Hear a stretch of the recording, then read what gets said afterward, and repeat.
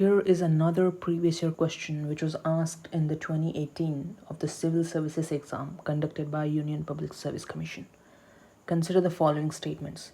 As per the Right to Education Act, to be eligible for the appointment as a teacher in a state, a person would be required to possess the minimum qualification laid down by the concerned State Council Teacher Education.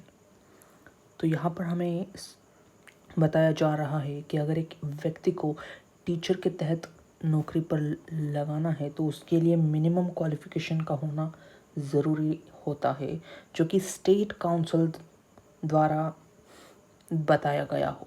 लेकिन यहाँ पर गलती है state council, actually state council नहीं बल्कि national Council of teachers education के द्वारा laid down किए गए क्वालिफ़िकेशंस को उस पर्सन को सेटिस्फाई करना होता है, तभी जाकर वो पर्सन बन सकता है। तो यहाँ पर स्टेट की जगह नेशनल होना चाहिए, इसलिए ये स्टेटमेंट गलत है।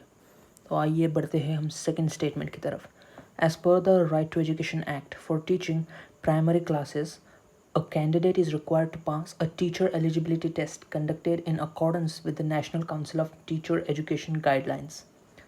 तो यहाँ पर ये स्टेटमेंट बिल्कुल भी सही है, बिल्कुल सही है, क्योंकि राइट टू एजुकेशन एक्ट के तहत व्यक्ति को टीईटी एग्ज़ाम जो होती है, teacher eligibility test TET exam, ये जो कंडक्ट की जाती है National Council of Teacher Education के गाइडलाइंस के द्वारा, इस एग्ज़ाम को अगर वो कैंडिडेट पास करता है तभी उसको टीचिंग करने का जॉब मिल जाता है, प्राइमरी क्लासेस को टीच करने का जॉब मिल जाता है तभी जब वो टीचर एलिजिबिलिटी टेस्ट यानी कि टीईटी टेस्ट को पास करता है। तो ये सही हो जाता है। तो पहला वाला गलत है और दूसरा वाला स्टेटमेंट सही है।